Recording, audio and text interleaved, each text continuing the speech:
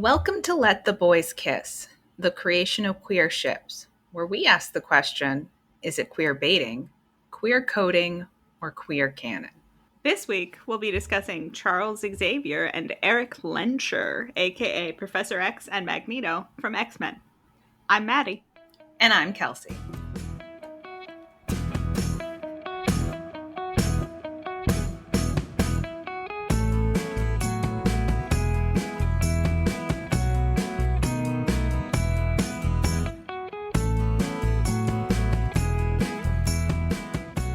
So before we get started today, we do have a correction that has come in. Oh no, I can't believe it's taken this long. I know. Turns out we got something wrong. We have been informed by a reliable source. Yeah, by my friend who I actually mentioned in the Lord of the Rings episode, who's a big Lord of the Rings fan, that we had said that Henneth and Noon was a slash fic archive, but it was not just a slash fic archive. It was also a gen fic archive. So apologies to the good people at Henneth and Noon. And we meant no offense, Henneth and Noon. If anyone has any other corrections to send us, please feel free to do so. But Henneth and Noon, gen fic and slash fic. So X-Men. That sounds, just from the men in the title, sounds pretty ripe for shipping. Why are we discussing these particular two gentlemen? These two gentlemen have seen a surge in shipping since the release of one of the many movies in the X-Men series. So it's an interesting at this point case study in some of the patterns we've been talking about throughout this podcast. I think we'll see some ideas reinforced as we get into this ship. Always nice to have your theories, get evidence added to them. Absolutely. Support. So who are they? So Charles Xavier, aka Professor X, and Eric Lehnsherr, aka Magneto, are mutants from the X-Men series of comics and films and TV shows and world. They have telepathy and metal controlling powers, respectively. And they tend to be at odds with each other. They have an intellectual disagreement that is manifested in a more overt conflict. Mutants and humans are at odds, and how should that be resolved, I guess, is the heart of the struggle. Yes. So what are the sources that we're going to be looking at today? Only the movies, because as we have discussed probably on several occasions at this point, neither of us are really comic book readers, though we will discuss a teensy bit of the canon of the comic books later. Right. And I have not seen all of the movies. I don't think you've seen all of the movies either, but you've seen more of them than me. Yes. And I have seen all of the X-Men movies except Logan. Oh, you should see Logan. Logan's good. So I've heard. Deadpool 2 and Dark Phoenix. Sure. I have seen the first three, and then I've seen from the newer group, I have seen X-Men First Class, but I have not seen Days of Future Past or Apocalypse or Dark Phoenix. I have, however, seen Logan, and I, like you, have only seen the first Deadpool. Slight difference in what we've consumed, some of which is, I think, relevant for our discussion, but most of which is not. Are you a fan of the X peoples? Yeah, I mean, casually. Obviously, I haven't, by my own viewing habits, have not been driven to, watch all of the movies. But I like a comic book movie, and I like their mutant powers, and I enjoyed the first couple of X-Men movies back in the day. Mm-hmm. The Last Stand, I remember being terrible. And then I very much enjoyed First Class, but weirdly, I never got around to watching Days of Future Past, even though I adore Peter Dinklage. So yeah, I would say I'm a very casual fan, but I do enjoy them when I watch them. How about yourself? Yeah, I like the X-Men a lot. I think they have a special place in my heart because it was an early comic book thing that I loved, watching the cartoon as a kid. The other main cartoon I watched was Spider-Man, and then the only comic books I've ever read are the Silver Age run of both of those properties. So yeah, I enjoy them. The film series is kind of very variable in quality. It's not like the MCU, which in my opinion tends to range from pretty good to pretty great. X-Men's a little bit more uneven. But why do people ship these two? Why do people ship these two? I was very curious to see why the shipping picked up so much following First Class. And we've talked about a recency bias. We've talked about the power of handsome actors. Yeah, I was going to say, I mean, how much explanation do you need when these characters have been the lovely but not necessarily youthful Ian McKellen and Patrick Stewart, and then all of a sudden they become the more youthful. more youthful. This is the term I'm comfortable with to describe Yes. them. The more youthful James McAvoy and Michael Fassbender. Right. But going back and rewatching First Class, and also honestly Days of Future Past, through a lens of this podcast, it's like, oh no, I get it. There's a lot of beats. This is a love story. Yeah, it makes sense to me. Yeah. It's all there, man. And then you go back and look for people's reviews and articles at the time, and it's like, they were talking about it. Yeah. People have been talking about it. Throughout both the Singer movies and these, their overall relationship is sort of the same. They come together. Yeah, they kind of reset in every movie. Yeah. The same relationship. And they have a debate about whether or not mutants will ever be accepted by non-mutants. And then they have a falling out. And then they're like, but maybe sometime later we could get together again. And it's a little repetitive after a while, but generally the same arc. But in First Class specifically. So First Class is supposed to be kind of the origin story of their relationship, I guess. So the way that the two of them meet in the movie, I want you to talk about it because of your delightful comparison to another film. Again, I'm coming back into this being like, all right, what's happening in this movie? And so what happens is Magneto is pursuing Sebastian Shaw, who is another... Kevin Bacon. He's pursuing Kevin Bacon, who sort of tortured him as a young man to get him to exhibit his mutant power. So he was a literal Nazi. A literal Nazi who literally killed Magneto's mom in front of him and tortured him. So he has a bit of a vendetta against Sebastian Shaw, you might say. Simultaneously, Professor X and Mystique are helping the US government locate Sebastian Shaw. And so they're sort of all converging on him. He's like on a yacht at the same time. Mm-hmm. And so Magneto is trying to kill him for personal reasons. And he goes into the water after Sebastian Shaw, who they get into a submarine, right? And he's in danger of drowning. And Charles senses it. So he's like, he runs, he dives into the water, grabs him, and he essentially like keeps him from killing himself. He would have killed himself. And the thing that this scene reminded me the most of is the scene in Titanic where Leo meets Rose on the edge of the boat where she's about to jump off. Their interaction is so similar, but it's even more heightened and more dramatic. Well, because they go into the water. Because he dives in after him, right? It's not just them talking. Right. And then they do bond because Eric at this point has been on this one-man mission to find Kevin Bacon, and he has never met another mutant. And so they have this moment where Charles is like communicating with him telepathically, which he didn't realize could be done. And he says to Charles, I thought I was alone. And Charles is basically like, you know, you're not alone now or whatever.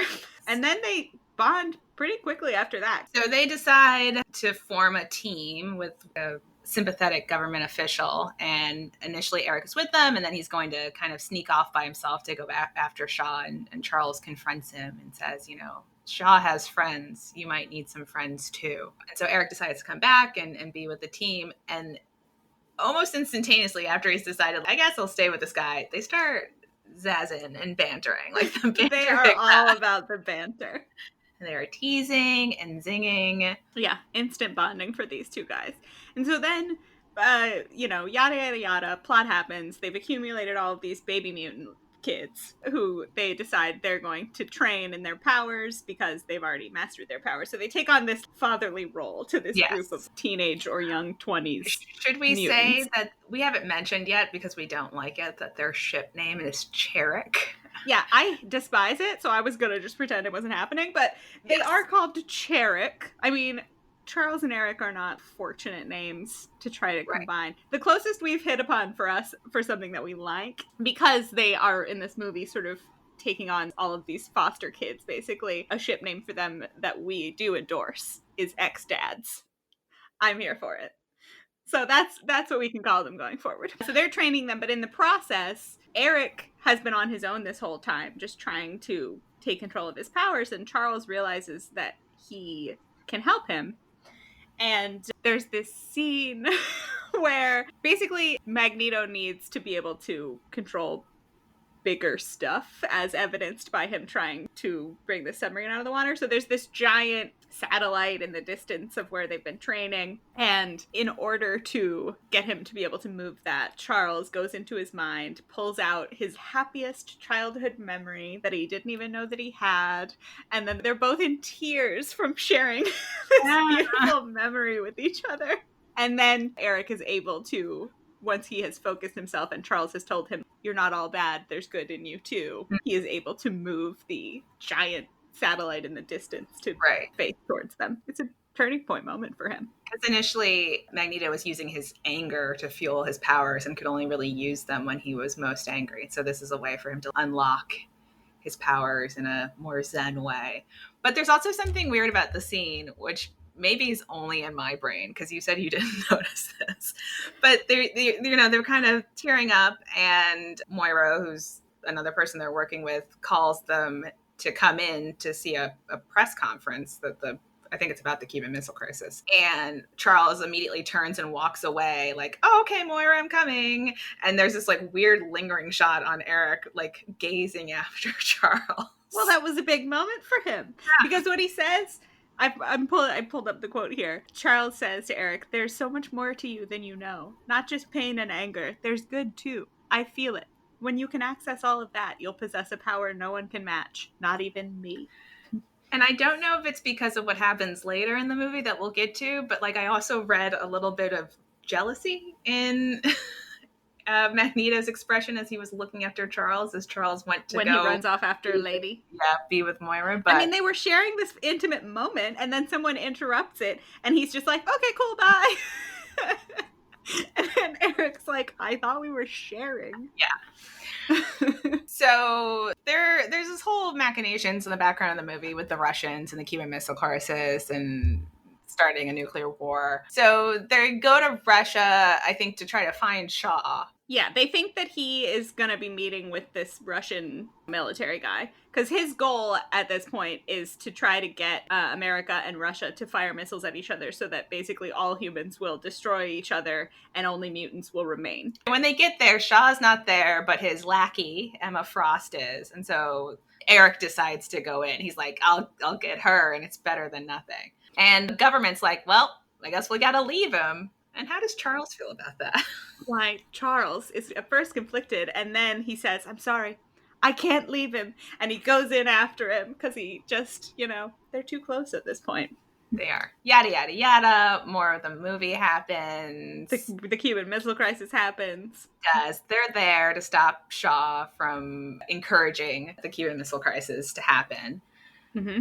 And Magneto goes to confront Shaw, and while he's confronting him, he takes the classic Magneto helmet, which Shaw invented. It's actually a Shaw helmet. Yeah. And puts it on to lock Charles out, which is like so hurtful. His mission this whole time has been, he just wants his own personal revenge on Shaw. He wants to kill this guy. And Charles is like, advocating for nonviolence and trying to tell Eric that it's not actually going to make him feel better to kill this guy. So when he gets his chance, he gets in a room with Shaw. He puts on the helmet because he doesn't want Charles in there telling him, be the bigger person. Yeah. Whatever Charles would be telling him.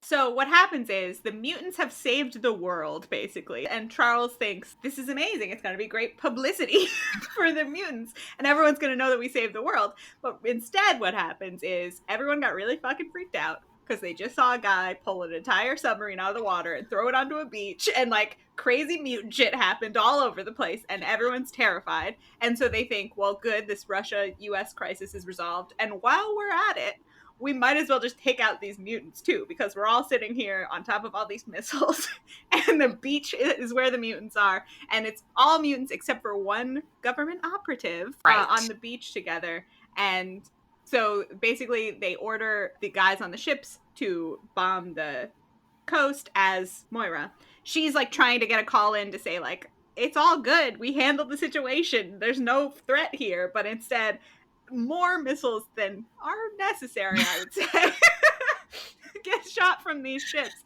at the coast. And so this is confirmation of everything Eric has always assumed would happen, right? Right. And so he, with his metal control powers, grabs all of the missiles in the air, turns them around to face the ships, and starts sending them back at the ships. Right. And And Charles can't stop him because he's wearing his found new helmet. So instead, he's like pleading with him, but Yeah. it's not convincing Eric because they did just try to murder them after they saved the world. And I think they start like actually tussling and fighting. He's trying to pull the helmet off. So as they're going through their breakup scene, explosions are literally going off because Magneto will lose control of the missiles for like a split second. And then some of them will explode, and then he gets control of them again. And yeah. So what ends up ending their conflict is Moira starts shooting at Eric. Magneto, yeah. And he deflects Which is the like, bullets. Why would you put bullets at Magneto? I think she's trying to distract him so Charles can get his helmet off or something. But he's, focused on not getting shot. And one of the deflected bullets ends up hitting Charles in the lower back. So that, of course, stops everything because Eric freaks out because he accidentally hurt Charles. And so this scene, man, you want to talk about queer baiting. Eric freaks out. Charles is on the ground. Eric runs over and is cradling his body because he has been hurt. And so they're having this conversation where he says, okay, there are too many quotes.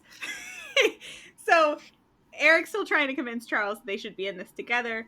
We should run off and go be mutant and proud, right? Yeah. And he says to him, I want you by my side. And he's got tears in his eyes. Oh, God. And he's saying to him, we want the same things because they do both love mutants and, you know, want them to be happy and exist in the world. So he says, we want the same things. And Charles says, I'm sorry, but we do not. Oh, heartbreaking. But then, this is what you noticed that I didn't even really think about. What happens next?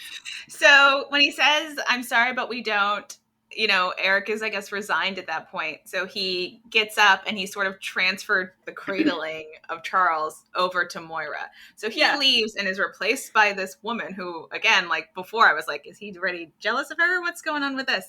Mm-hmm. And then there's been all this stuff going on, too, with Mystique, who is Charles's adopted sister. And he tells Eric that, Mystique wants to go off with him. So he's like... No, he tells Mystique. Yeah. Mystique is there, like, concerned about Charles, obviously. And she's going to stay and take care of him because they're basically brother and sister. And Charles says to her that she should go with Eric because he knows that's what she wants to do. Right. So in the end, it goes from Eric cradling Charles and them having this conversation about being together to Moira cradling Charles and Eric going off with this other woman. And so what it reads when he's like, what it reads like to me, right, with my shifting goggles on, Eric saying we want the same things is him being like, we're both gay, right? And Charles is like, I'm sorry, but we're not. I'm going to be with this woman and you go with that woman. Yeah, it's literally like, give this woman to me and here's a woman for you. Right, because we're not, this isn't what we are. It's wild, man. I don't know that I will go so far as to call these women like no homo ladies because... No, I mean, especially Mystique is also really a focus. Definitely not Mystique, especially since there is a moment where she tries to seduce Eric and he's not into it, which is like we didn't talk about, but she's literally naked in his bed and he's like, oh, put some clothes on. But I don't think you're supposed to be like shipping them together. I guess there is maybe this element that Moira and Charles could be romantic interests, but even that I don't really feel like they're... Well, that comes back in Apocalypse in a way that's also not satisfying, but... Oh, really? Yeah. Well, at least in First Class, they're kind of friendly, but I don't think that they're really having these super overtly romantic moments. But she is a character on her own, at least. And she has agency and does a lot of stuff. I just mean, I don't feel like in that movie she's being thrown in his romantic path that much. They work together and they're kind of friendly. Right. But there's not... And at the end, they don't end up together. So right, exactly. But yeah, it's just that scene. It's really bizarre. Right? He's cradling him and then it's like, no, let's get a woman in here instead. And also, you leave and take this woman with you. Right. Now we both have girlfriends. Crisis averted. Nobody's going to think we're gay now. Yeah, so I finished watching that movie and I was like, yep, I see why you might watch this movie and then start really shipping, not just because they're handsome younger men, but... Sure. But because the movie is about their relationship, right? Yeah, they have a number of romantic beats. Uh-huh. Now we get to the part where I haven't seen Days of Future Past, so I want you to tell me how does their romance continue in that one? So there is sort of like less and less as the movies progress in terms Which of we'll what's also going on talk about later. Yeah. I feel like at the end of first class, right, Charles has told Mystique to leave, and he's told Eric he can't be with him. And then they get off the beach, and he's, getting ready to open his school, and everything seems like it's just going to continue on in a classic X-Men kind of way. But in Days of Future Past, yes, there's this whole framing device around the future and time travel. We're not really going to get into it. But when we first see Charles in the titular past, at least like in the in the 70s, time that follows first class, right, chronologically, he is fucked up. The Vietnam War has happened, and so all of his students at the school that he started have gone to war. He couldn't keep running the school, which is a little strange because they often have much younger kids at the school as well. Yeah, you wouldn't think all of them would be of fighting age. I wouldn't, but whatever.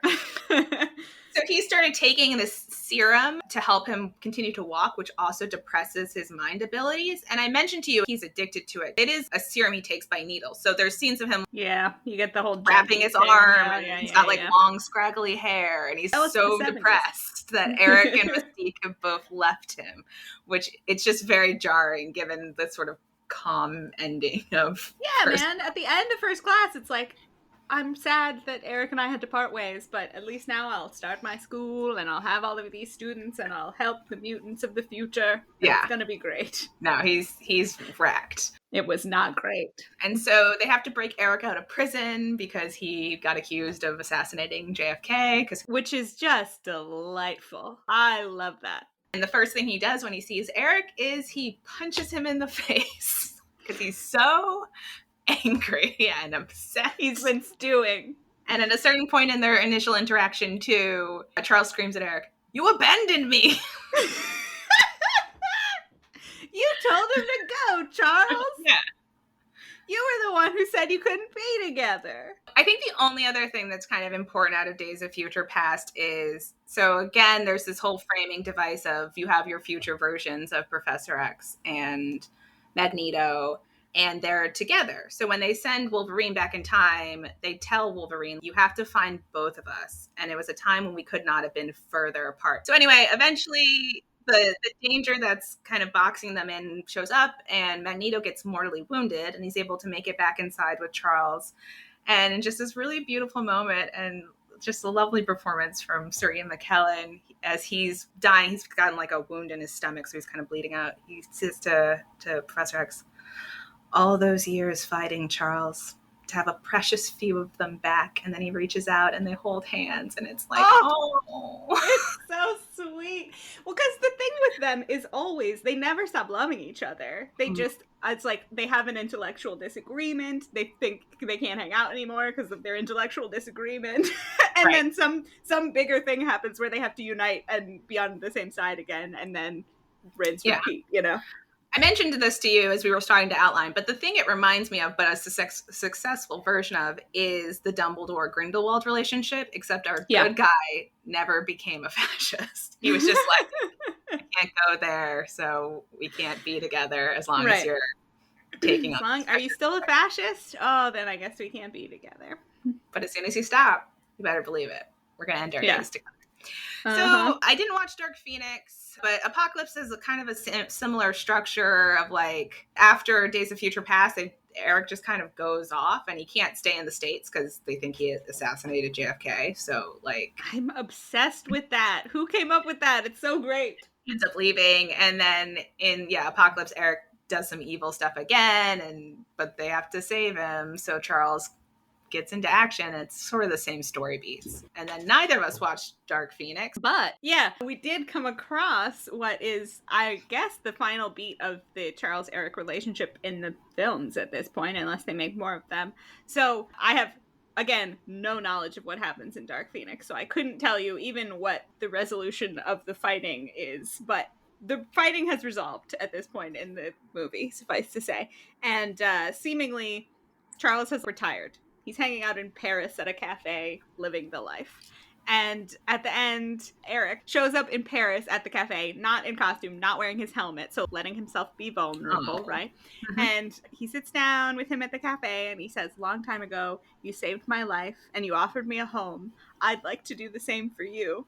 And then he pulls out of his pockets chess pieces, because they love to play chess together. Is it a metaphor for something? Probably. And so he has him pick a chess piece and he says, "Just one game for old time's sake."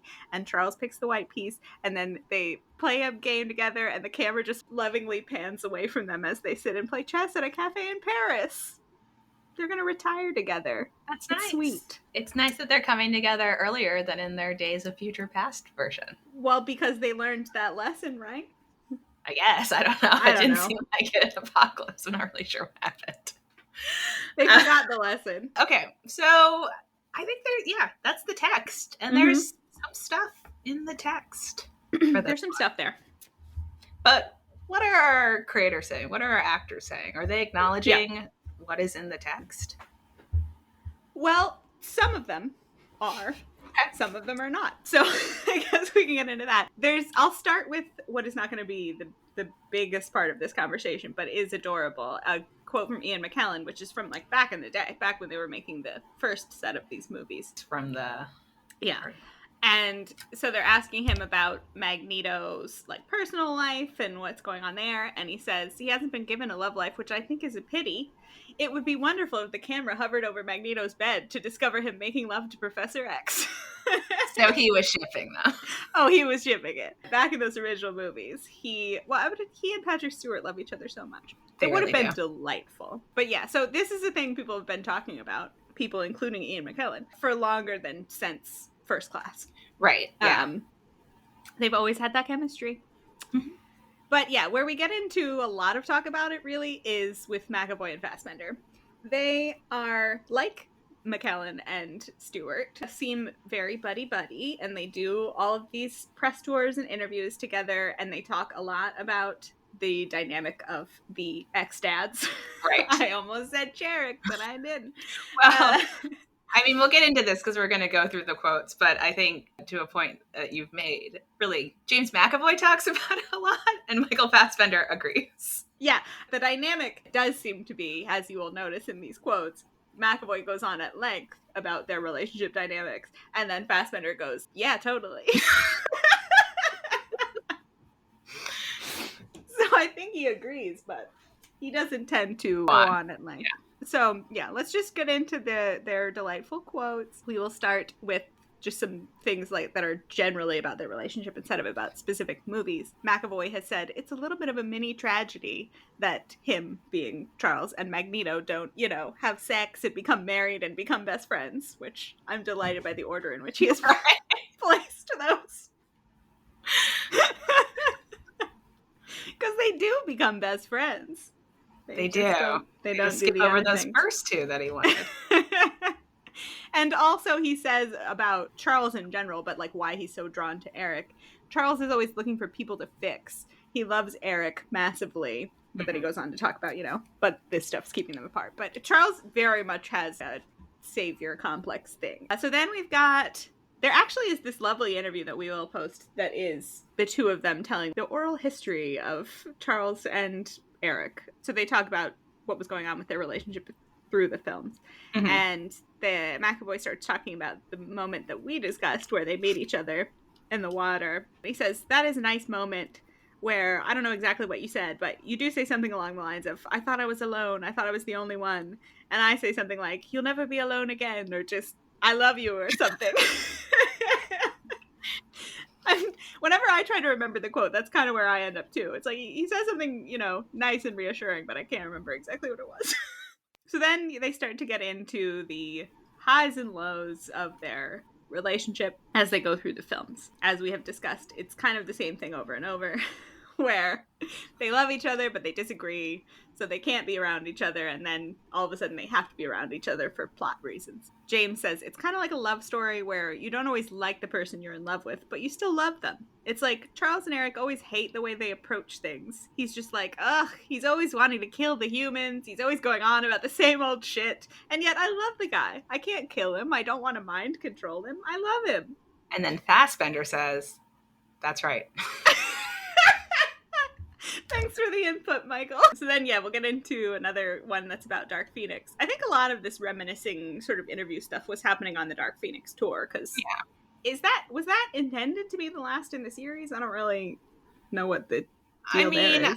I assume if Fox had not been, sold to Disney, they would have kept making some kind of X-People movies. But would it have been about their relationship? They're retired at the end of Dark Phoenix. I guess they could have always come out of retirement. So yeah, here's them talking about that dynamic we have discussed of how the movies are really all the same thing happening over and over. They ask where they are in terms of their relationship coming into Dark Phoenix. James says, I think it's on thin ice a little bit. They've kind of decided to just go, you do your thing, and I'll do my thing. Fassbender talks a little bit more in this exchange. Little bit. They've kind of sort of annoyed each other. Mm-hmm. And James comes in with, they've annoyed each other, so let's not talk for a little while. I still love you, but let's just not see each other for a little while, okay? I need some space. Fassbender, don't call me until it's absolutely necessary. McAvoy, I'll be there. But yeah, they agree. That's sort of their dynamic, is like their underlying connection never goes away, but they kind of decide in between each movie that maybe it's better if they just You know what it's also like? What? Tony and Steve after Civil War, when Steve gives them the like phone. that. They love each other, but they have a fundamental disagreement. Yeah. That one's a little complicated, though, by the presence of Bucky, because he has fully chosen another person over his relationship with Tony. Yes, that's true. It's not exactly the same, but it is just reminding me of a bunch of stuff. It's reminiscent of many things. So now we get into the interesting dynamic of how the first movie is fully about their relationship and the development of their relationship, and then as you go through the successive movies, there's less and less of them in them. So, like, what's going on with that? So they asked them in this same interview about how their relationship evolves through the movies, and McAvoy says, I don't feel like it's that different now, which, again, we've remarked on. It's always the same. Do you know what? We had more to do together in First Class and Days of Future Past. Less so in Days of Future Past, but we had more to do with each other in every film in the past. Apocalypse, there was less to do, until finally we find ourselves in this movie saying, like, 3 words to each other. So that's how it's changed massively. We don't get to do it. I think it's a great travesty, and one of the great missed opportunities of this incarnation of the X-Men saga. Fassbender says, agreed. We do get to play a game of chess in this last one. Which is nice. But they have noticed how much less they appear on screen together, and they have their own theories about why this might be. And James comes in with some insights and says, I feel like it might have been due to the Cherik shipping that after First Class they restricted the amount of time we spend on screen together because they realized it was going to cause a lot of problems in certain parts of the world. So clearly McAvoy is on board for the Cherik shipping and their relationship, and Fassbender agrees. Fassbender's just like, I'm with you, James. Whatever you say. So, this brings us to the other half of our creative team. The writers, directors, producers, behind-the-scenes folks. Right. I think probably more so than any film franchise we've done. And honestly, maybe at this point, more so than any of the TV shows we've covered. Because we've mostly talked about tightly controlled, shorter television things. Yeah.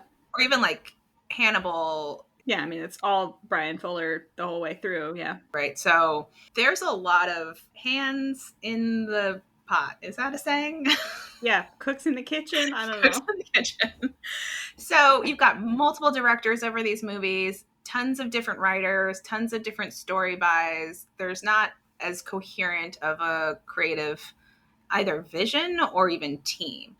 Mm-hmm. But I think one thing that we haven't really talked about, because the shipping picks up with the First Class of it all, is sort of the history of X-Men and the X series and queer representation within the franchise. And so one of the things about Bryan Singer's initial X-Men run was his decision to very clearly make it an allegory for gay rights and coming out and all kinds of other queer issues, whereas X-Men has always been considered like an allegory for all different kinds of discrimination, and it's a pretty malleable allegory because it's relatively vague. But Right. Singer very explicitly was like, I'm using it as an allegory for the gay experience.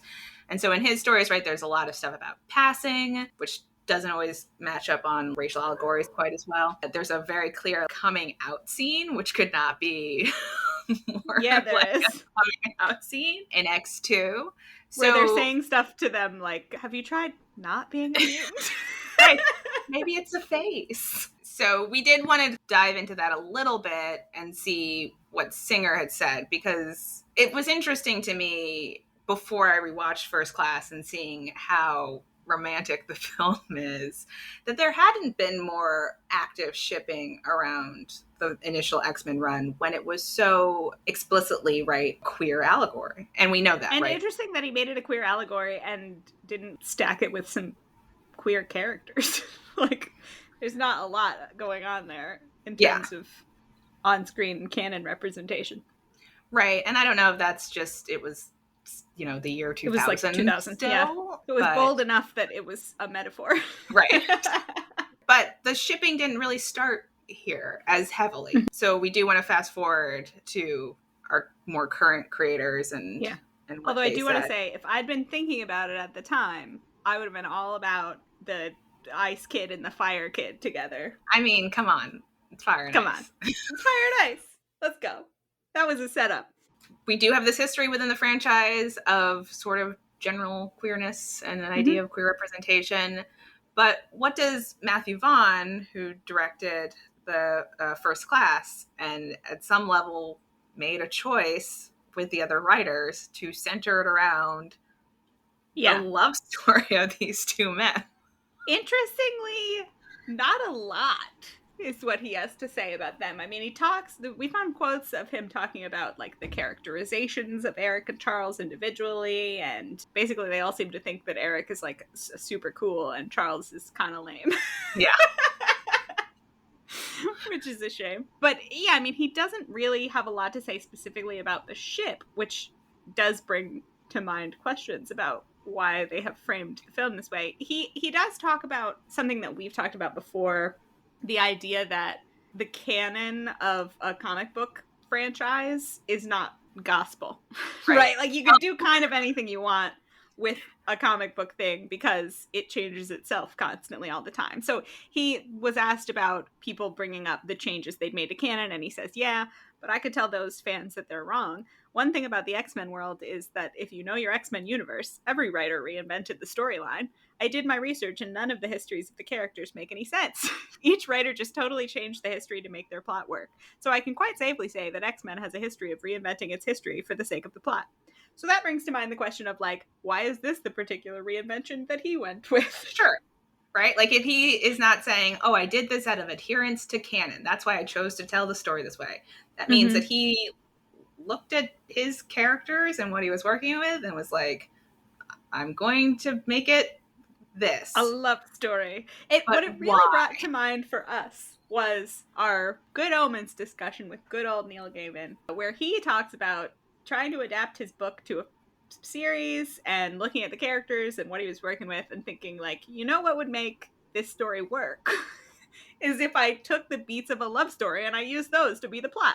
And it really feels like that is what has happened here, but not seemingly intentionally, right, in the mind of Matthew Vaughn.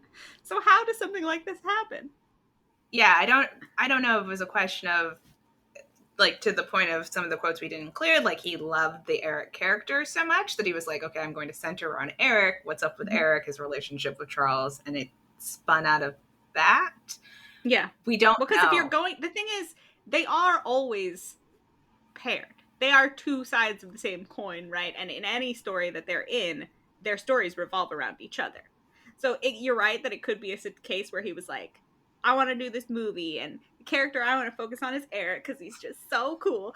And the story you write when you're writing a story about Eric is a story about Eric and Charles because they just are each other's person when you're telling a story. But it's so fascinating to me that it's ended up like this, because it doesn't, I mean, maybe it's intentional and he just never talked about it being intentional, but it honestly feels like the subtext of it was subtext to him. Right. He did not realize he was telling a love story. And so we didn't find much else from any of the other sort of writers or which was it's kind of a problem for our queer baiting angle, because there's certainly not any of them being like, guys, they're not gonna kiss, we're not trying to make them gay, but then they keep making the story about them being in love with each other. It hasn't entered into their conversation at all. Except for this quote that we found from a producer named Hutch Parker, what a name, who I guess interestingly is providing a lot of continuity to the franchise, because he's been a producer on these since back in X2 days. And he said, talking about the idea of the Cherik shipping, he says, I like the questions, I like the speculation, and certainly James and Michael like to play into it, and the whole cast too. I think it does speak to part of what's unique about the X-Men. They give you much more complex characters and relationships. They're not easily pigeonholed in any given way, and you get to see them make turns that we recognize from life. So we're definitely getting to a point where this is becoming common, I think, where people involved in the production of things hear about people shipping their queer characters, or shipping their characters in queer ships, I guess. And they're like, cool! Like, the reaction now has become, isn't that neat? What a world! It's so fun that people can do that.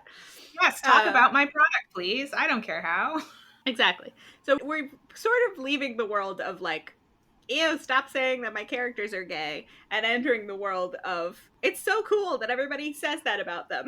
But we haven't entered the world of, oh, people think they should be together? Let's actually put them together. That was pretty much the scope of what we could find from the creator, so... Yeah, and without the continuity, and the elephant in the room, I guess, that we're not discussing is the lack of continuity comes from Bryan Singer being a monster person in real life. Like... Partially. I mean, I don't know what happened. I don't know if First Class was offered to him. Hard to say. I mean, it's like, did he get pulled off of Apocalypse or what? Like, something happened? No, it ended, I think, before things really hit the fan. So he finished directing it. But then did not get to direct Dark Phoenix. And then I think he might have had a disagreement, or maybe he was making Superman Returns. I don't know why he wasn't on X3 and Brett Ratner directed that. And I don't remember. Yeah. But he's been the most director of the main X continuity, of the main storyline. But still, there have been 4 directors across... I mean, across 7 movies, there's still not that many directors.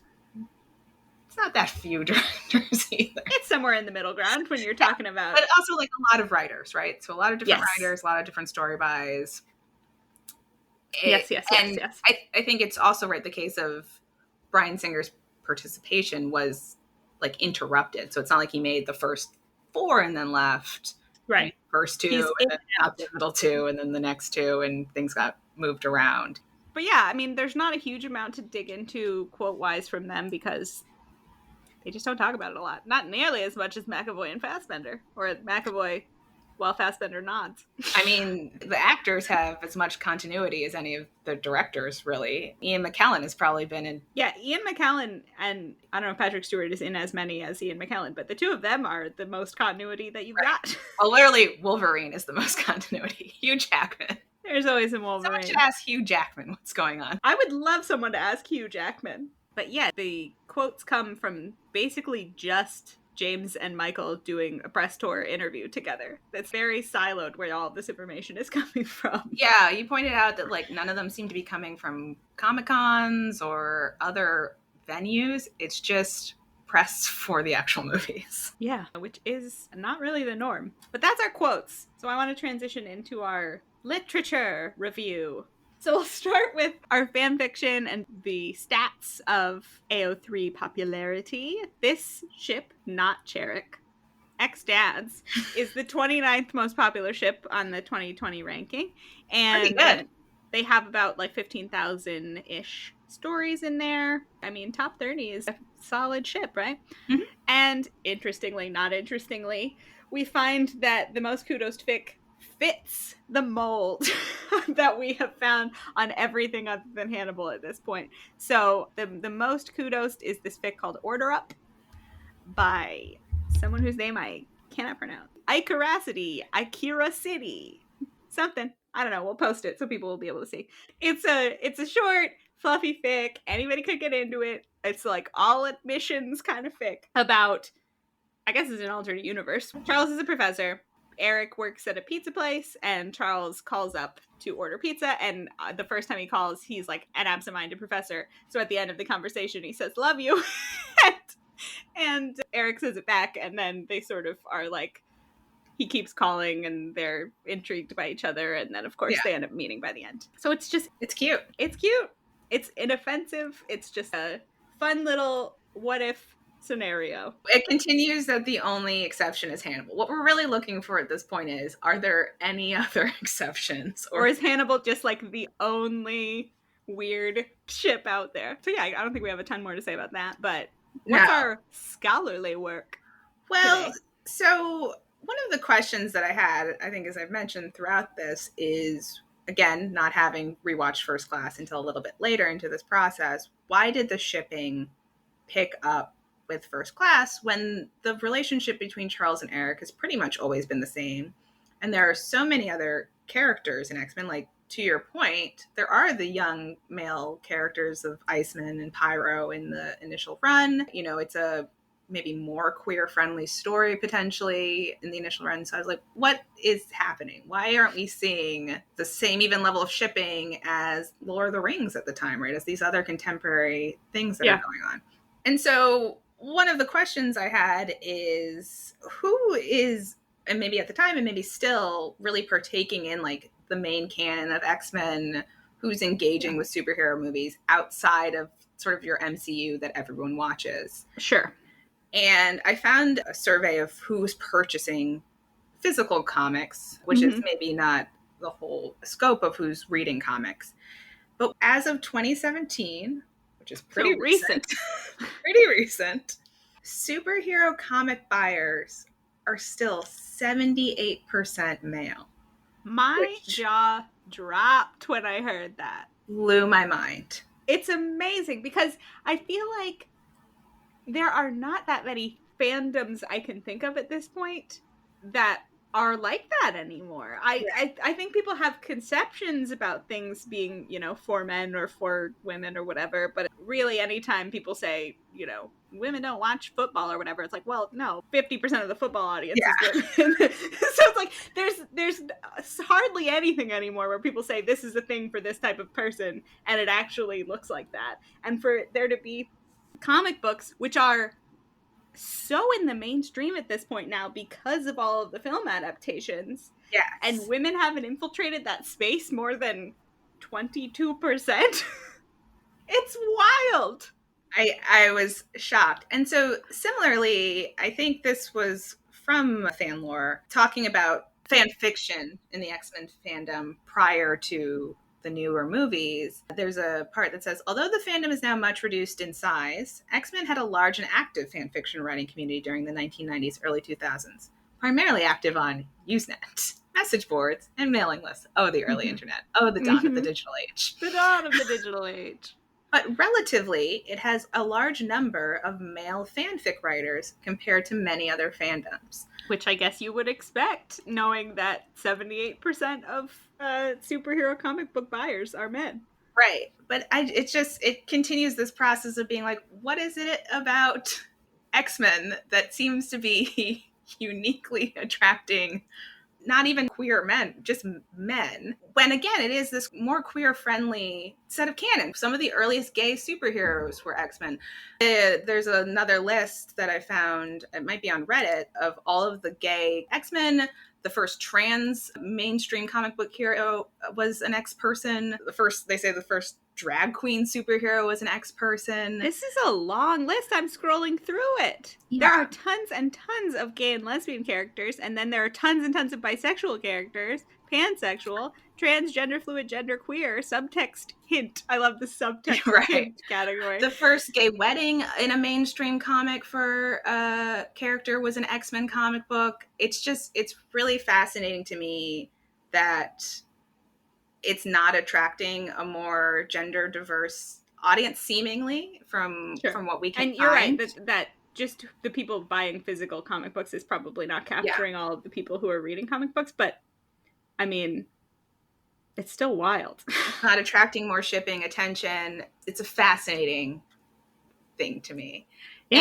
And lovely, very lovely. The fan lore page also gives us a list of examples of Cherik evidence in the comics. Right, because their point is, even though it was not heavily shipped until these movies, if you dig into the canon of the comic books, you will find some Charles and Eric, shippy moments. And I think we just want to share our favorite moment.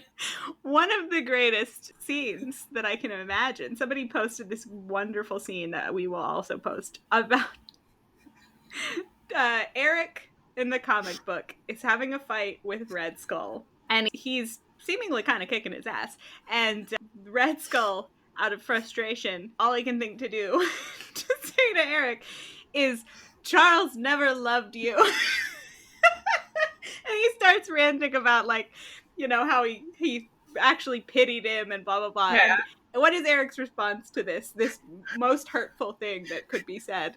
So Eric, this Omega level is the most powerful a mutant can be. They have power rankings. He is an Omega level mutant, one of the few in the X-verse, controls metal. He gets just so much rage, flames on the side of his face. He forgets he has superpowers. He wanders over to a bunch of rubble, picks up a chunk of bricks, and just drops them on Red Skull's head. Oh my god, it's the best thing I've ever seen. It's so great. So I have to imagine there are some more nuggets like that in the canon. I think there are, but that's just so great. So anyway, I don't know if I have a clear conclusion. It's just interesting to me that this is the case. And again, I can fully understand why you would watch First Class and be like, "Oh, I gotta ship these two. I gotta write some fanfic."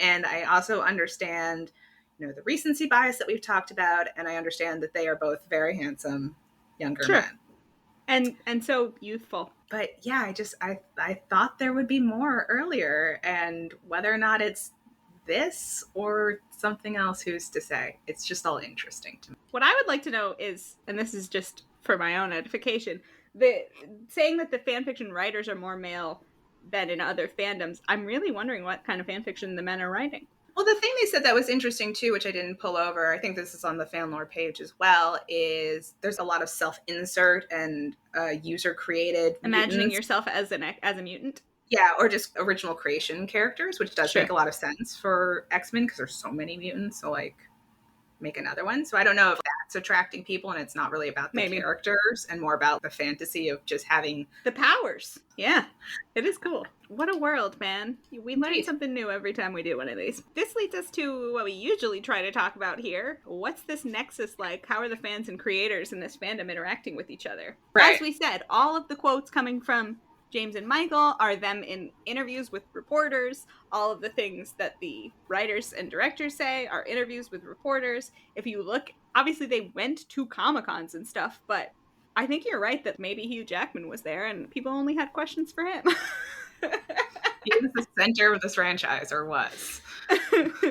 So it's wild, but yeah, it doesn't seem like it's an adversarial relationship. It just seems like, as we've discussed all of these things before, it's a movie. Maybe the fans don't see their place as much in the creation of the storyline. You also have, kind of similar, but not nearly to the extent, the element of the actors kind of are on board, so maybe the fans don't feel like they need to raise a fuss about it, because it seems like both sets of actors, Ian McKellen and Patrick Stewart and James McAvoy and Michael Fassbender, all seem chill with the idea of everyone shipping their characters. So there's just not a lot of fuss or ado here. Not that we could find. Yeah. But again, as we always say, if you know about fuss or ado, do send it our way. We'll do a breaking news. But yeah, no, we were not able to find too much. I do think this leads us to the question. The question of, is it queerbaiting, queer coding, or queer canon? I think you're right? It's hard to call it queer baiting because it doesn't seem like the creators, by and large, were thinking about it Right. at all. It's like it completely flew over their heads. And then we don't even have instances of people confronting them with it. Right. We have no idea what they were thinking. Which is interesting, too, even with Bryan Singer coming back in and him explicitly putting the queer subtext in his initial run, but seemingly not. But then, like leaning away from that relationship in the way that James McAvoy described, where all of a sudden there's less and less of them as you go.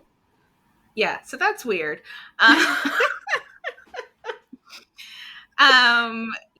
Is it sort of a similar Oscar Isaac situation? Are Michael and James actually leaning in? And, is that moment of jealousy that I see in Michael Fassbender's face when James walks away, is that purposeful? I mean, I think there's a discussion to be had about queer coding in general for this franchise. I feel like, I will say as a caveat to the question, it's hard for me to land on a specific answer just because there's so much and varied canon.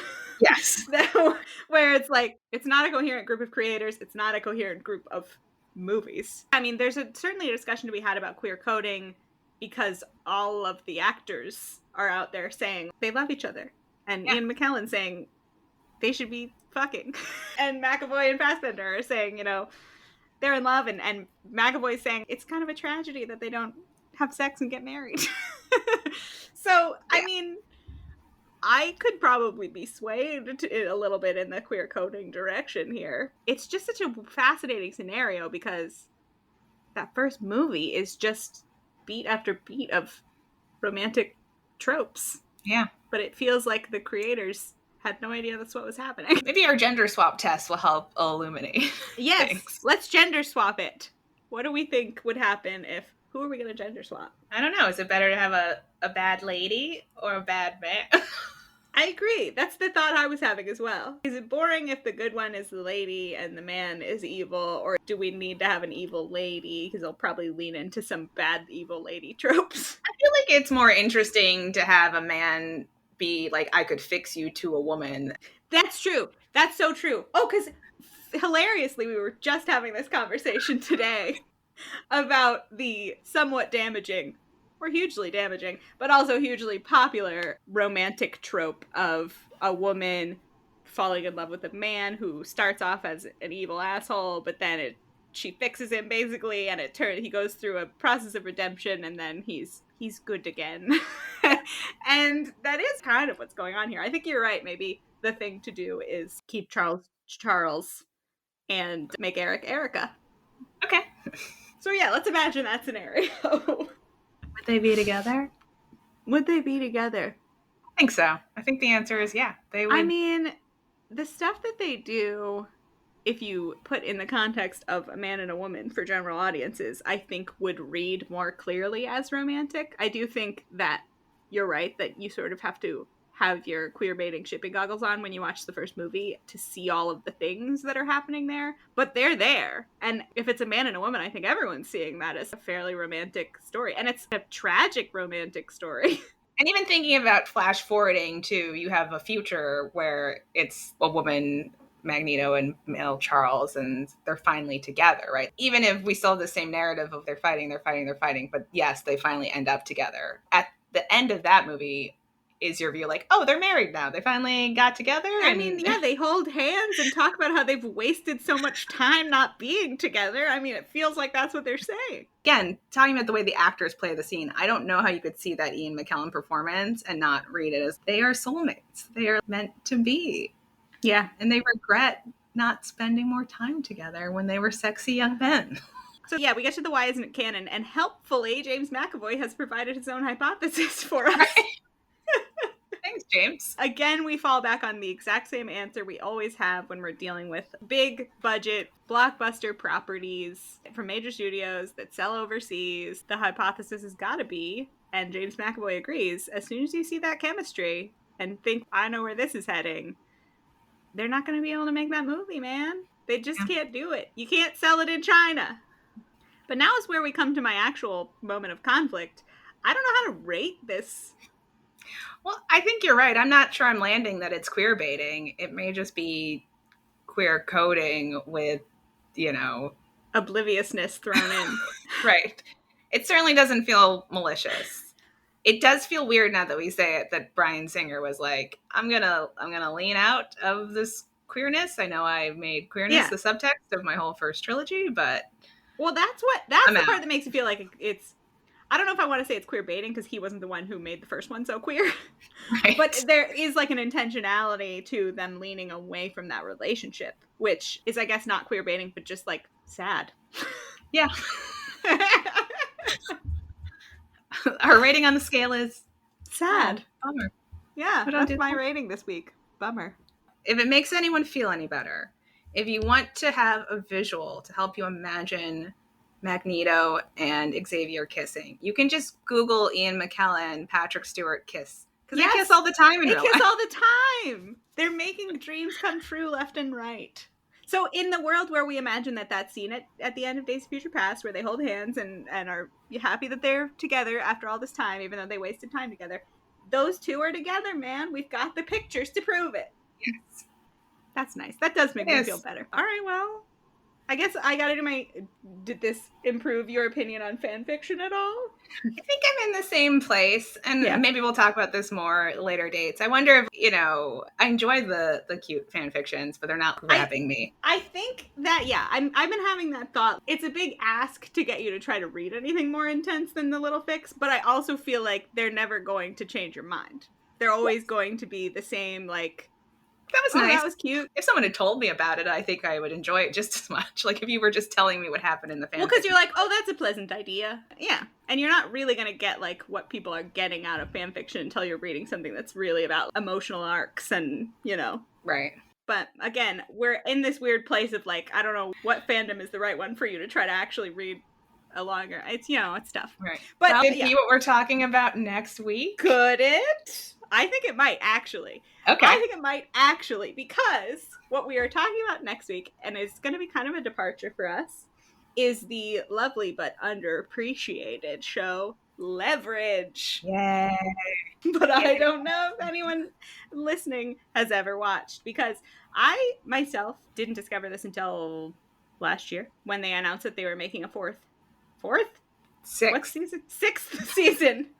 After the show had been canceled, they're bringing it back. And this is one that you also have now watched. Yes, and I didn't know about it until you told me about it. And I was like, that sounds like a great premise for a show. It's about heists. We love heists. It's a procedural, but instead of solving crimes, they're doing heists every episode. It's amazing. I don't know why more people haven't been doing this with their TV shows. But what will make it different is we're talking about the OT3, as John Rogers and fans of the show call them, which is our first polyamorous ship. Yeah. Which is exciting. So I'm psyched. Me too. And I love Leverage, so I want to talk about it. Me too. So again, come to us if we're wrong, if we're right, if you have thoughts. If you know about any hubbub between the creators and the fans of X-Men. Mostly what we're asking for is hubbub. Bring us hubbub. Yes. And you can do that by emailing us at ltbkpod@gmail.com or finding us on Twitter and Tumblr, also at ltbkpod. Find our new episodes every other Friday at 6 p.m. Eastern, wherever you get your podcasts.